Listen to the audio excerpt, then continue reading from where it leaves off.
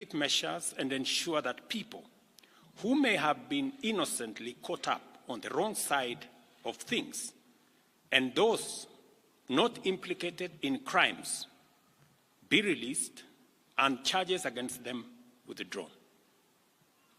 This will enable the agencies to focus their resources, efforts, and time in investigating and prosecuting serious criminal elements who took advantage of peaceful demonstrations to advance a dangerous agenda of lawlessness, anarchy, and mayhem.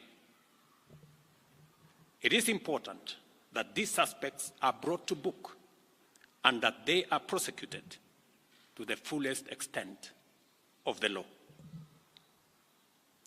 I also take this opportunity to affirm the constitutional authority and duty vested on our national security institutions to protect our country against internal and external threats to sovereignty, to lives of our people, our rights, freedoms, property, peace, stability, and prosperity, as well as our collective national interest. Consequently, I call on the National Police Service to use its mandate responsibly, connectivity, and effectively in full compliance with the Constitution with a view to promoting the national objectives of Article 238, 239, and 244 of our Constitution. All breaches and violations by police officers must be handled expeditiously through due process with a view to giving Kenyans a police service that upholds the highest standards of integrity.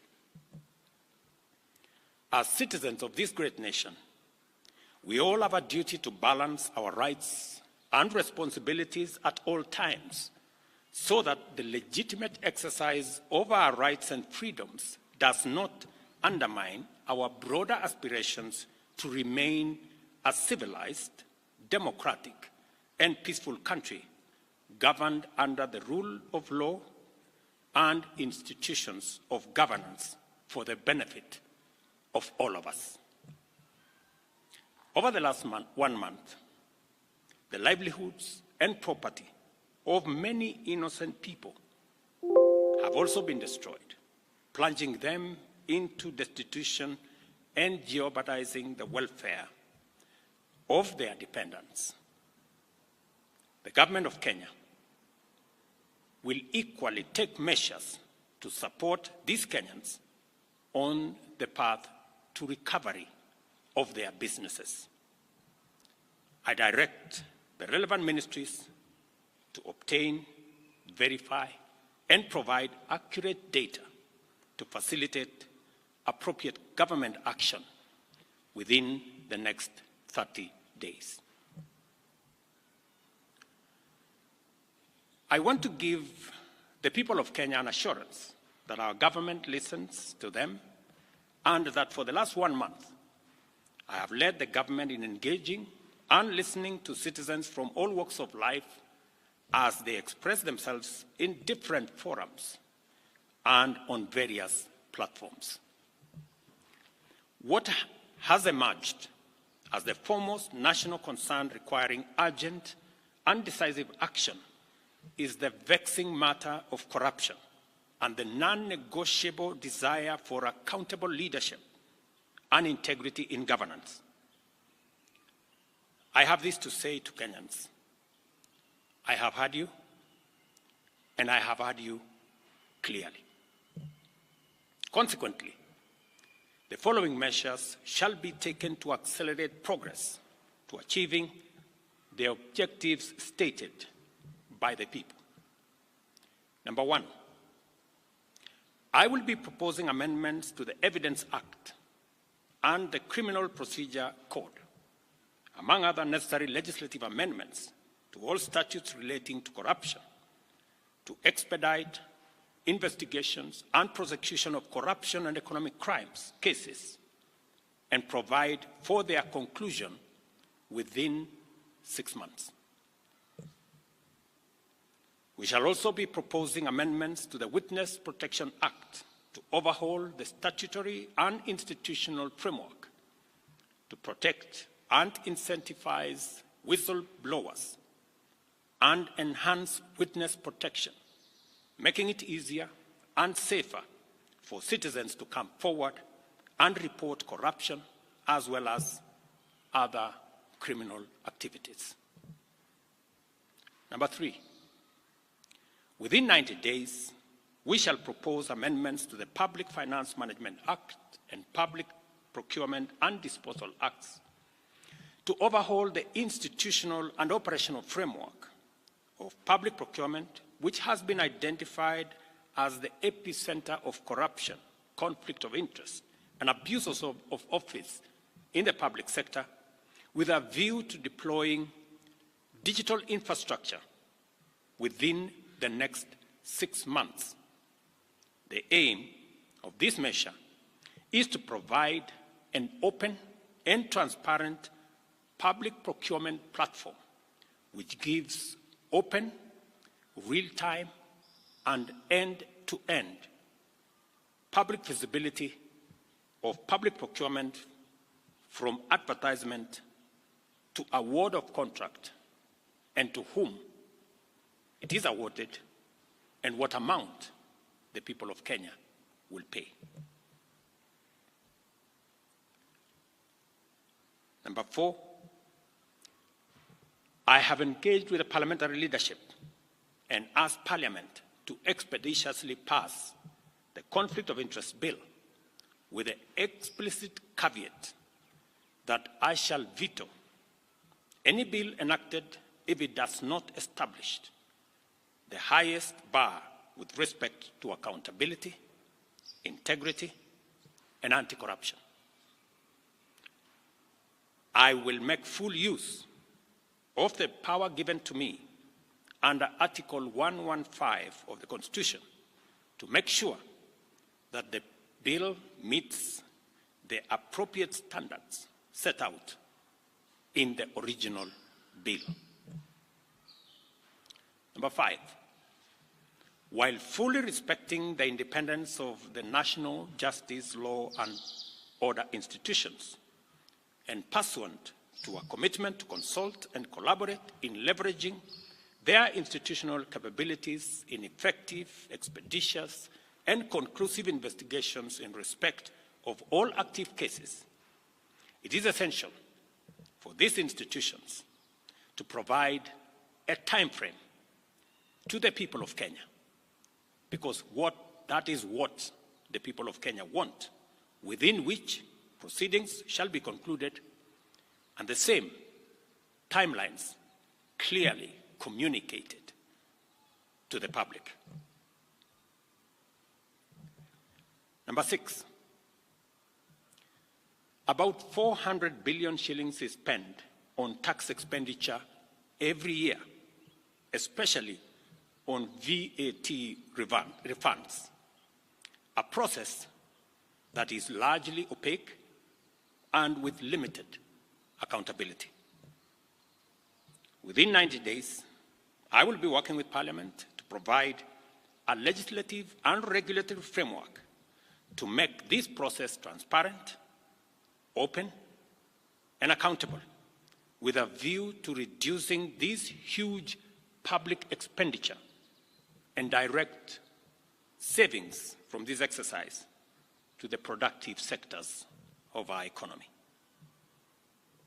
This is going to be a very important exercise of engaging Parliament in consultations with the people as to whether it is right for us to spend 400 billion Kenya shillings every year collected from the people of Kenya to pay a few companies on matters of VAT refund.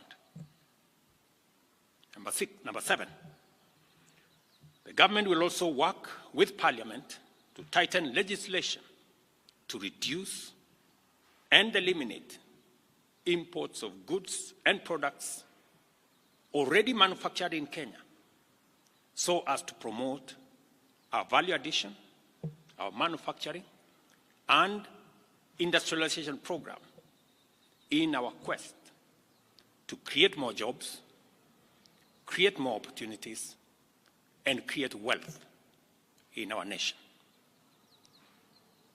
We must have a national conversation as to whether we want to be a supermarket for products from other countries, or we want to produce products that we already have manufacturing capacity in Kenya.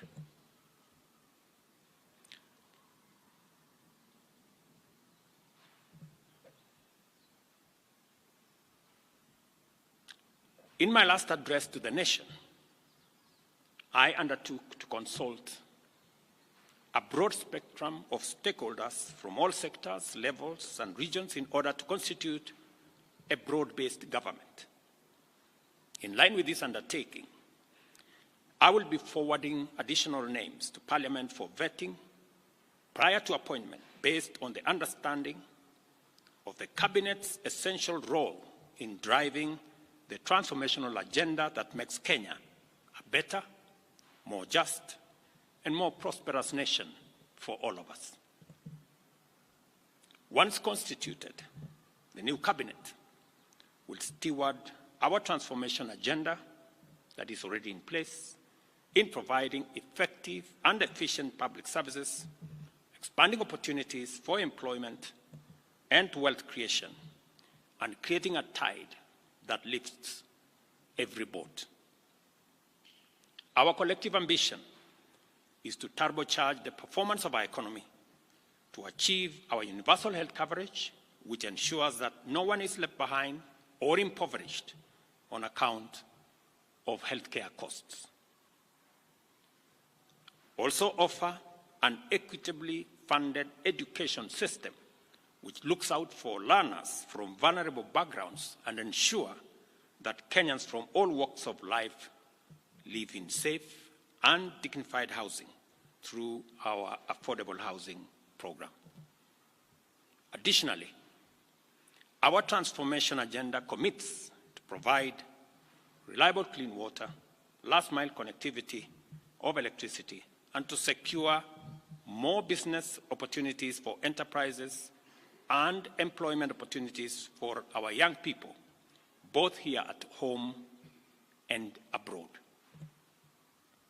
Our explicit aim is to transform Kenya into a middle-income society, and it is essential for us to urgently mobilize adequate resources to fund these necessary programs and projects.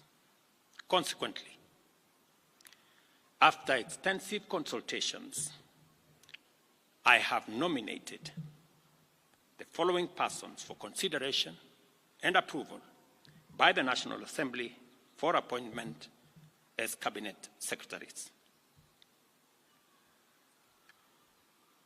I commend the leadership of diverse organizations, both in public and private sectors, including political parties, for their encouraging response to my outreach to consult on forming a broad-based government. Their willingness to set aside partisan positions and interests in order to join a visionary partnership for the radical transformation of Kenya is a historic gesture of their patriotism. I know and I understand acutely the huge expectation of the people of Kenya on me and this administration. And I equally understand that that responsibility can be made easier if we work together as a nation. And as I said, the opportunity we have to work together across political lines, across different divisions, is much more greater than the challenge and the crisis we have in our hands. I take this opportunity to express my appreciation for their commitment and reiterate my pledge to engage alongside them in a national conversation that is inclusive, citizen-centered, and aimed at consolidating and accelerating the actualization of inclusive growth and national transformation. As I take this step, and as I expand and broaden this administration, I am acutely aware that the responsibility of managing the affairs of the country vested in the cabinet, in the expanded cabinet, will require of us to work together and to focus on that which brings honor to our country.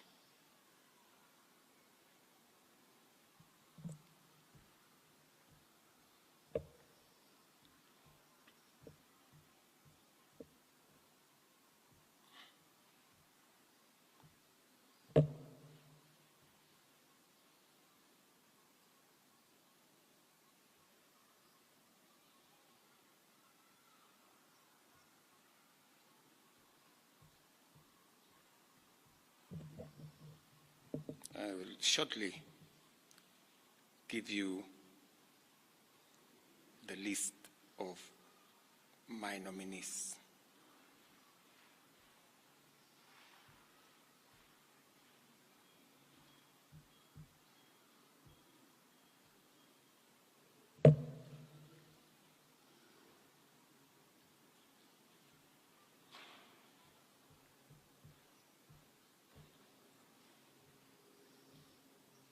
Just hold your horses.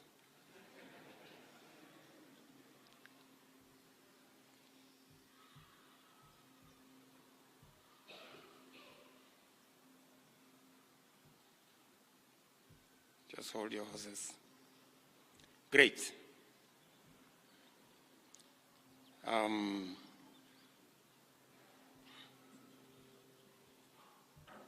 Oops. That's the old list again.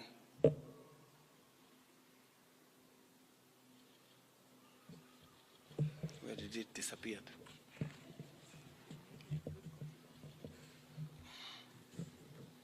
I think this is a problem of making it very confidential and not allowing many people to have a look at it.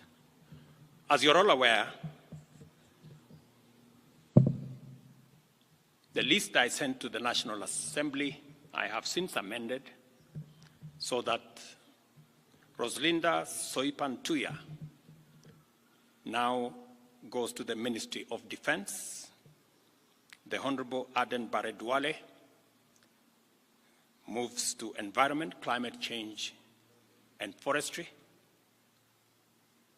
I have now forwarded the name of John Mbadi Ngongo to the Ministry of National Treasury and Economic Planning. Salim Mvuria Mgala, Ministry of Investment, Trade and Industry. Ms. Rebecca Miano, Ministry of Tourism and Wildlife. The Honorable James Opio Wandai, Ministry of Energy and Petroleum. The Honorable Onesimus Kipchumba Murkomen, Ministry of Youth Affairs, Creative Economy and Sports. The Honorable Hassan Ali Joho, Ministry of Mining, Blue Economy and Maritime Affairs. The Honorable Dr. Alfred Nganga Mutua, Ministry of Labor and Social Protection.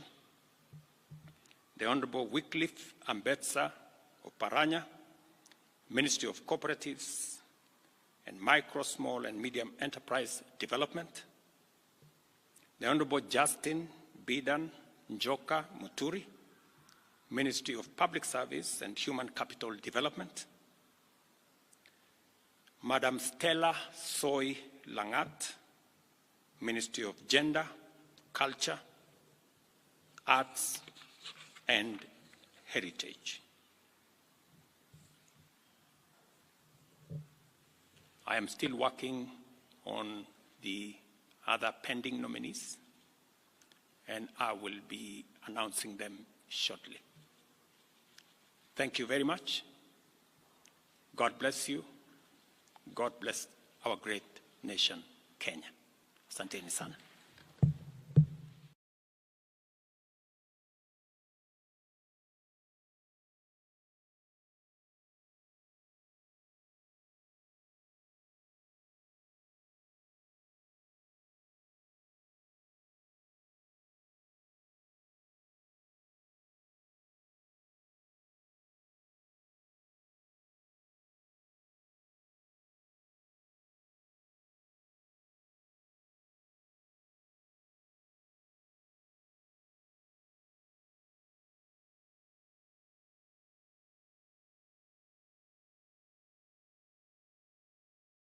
Hey, what up? It's the O to the G, Calligraph Jones.